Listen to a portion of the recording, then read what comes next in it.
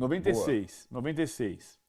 Houve o flagrante dos telefonemas de Mário Celso Petralha e Alberto Dualib, presidentes do Atlético Paranaense e do Corinthians, para o presidente da Comissão de Arbitragem, Ivens Mendes.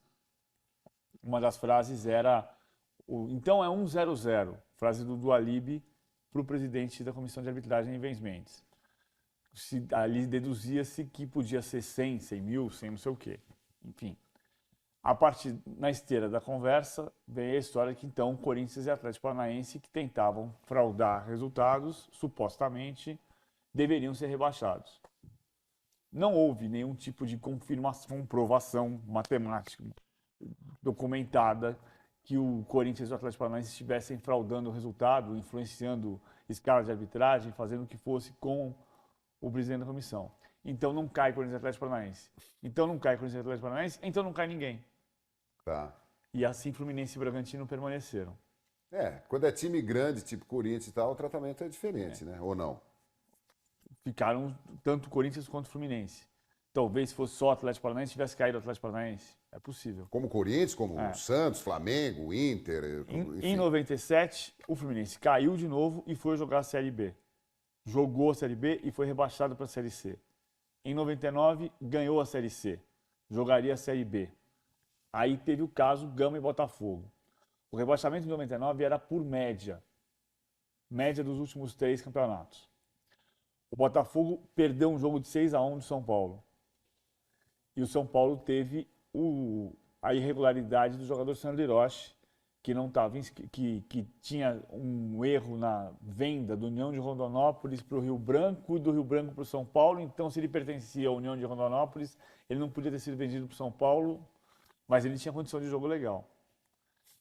O Botafogo entrou na justiça. Tinha ali uma discussão. A discussão sobre o que fazer com os pontos em litígio.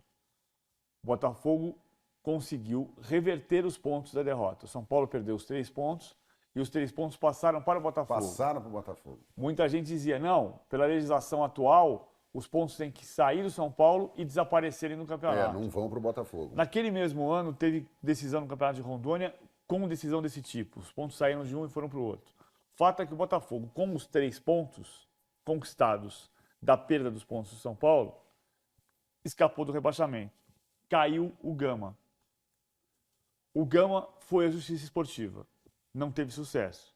O Gama conseguiu uma liminar na Justiça Comum que dava a ele o direito de ser integrado ao campeonato da Série A para que não houvesse prejuízo para ele enquanto não fosse julgado o caso no seu cerne. Sabe quando foi julgado o caso Gama e Botafogo? Na Justiça Comum? Nunca. Nunca.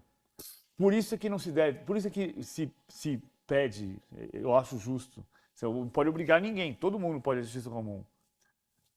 Aí você fala, a FIFA proíbe porque se você for à Justiça Comum, você sabe que não vai ser julgado. Se você entrou, aí penso eu, não é a FIFA. Se você entrou num campeonato que tem leis esportivas, sujeite-se a essas leis. Porque você e aí sabe o Fluminense não jogou a Série B por conta disso. Aí, por conta disso, a CBF não tinha competência para fazer o campeonato. Então, teoricamente, o campeonato de 2000 não é campeonato brasileiro, né? Porque assim, você não tinha como fazer um campeonato com os 24 clubes. Então, ela fez o campeonato com 25. Ela incluiu o Botafogo de Ribeirão Preto, o América Mineiro, o Fluminense.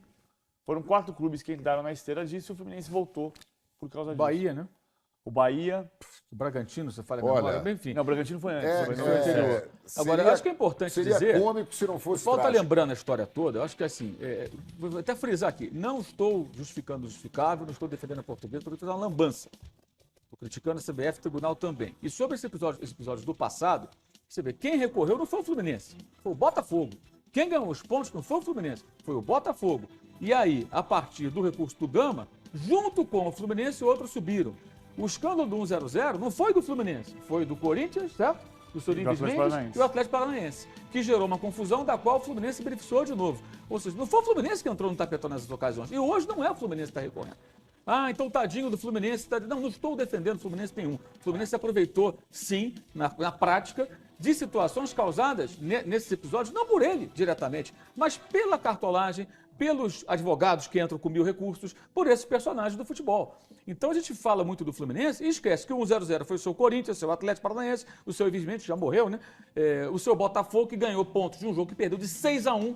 O que o Vasco está pedindo hoje, que é a realização de um outro jogo, o Botafogo não fez um outro jogo com o São Paulo, ele ganhou os pontos do jogo com o São Paulo, que foi um massacre no Morumbi, porque um jogador tinha lá um documento, lá um papel que estava errado.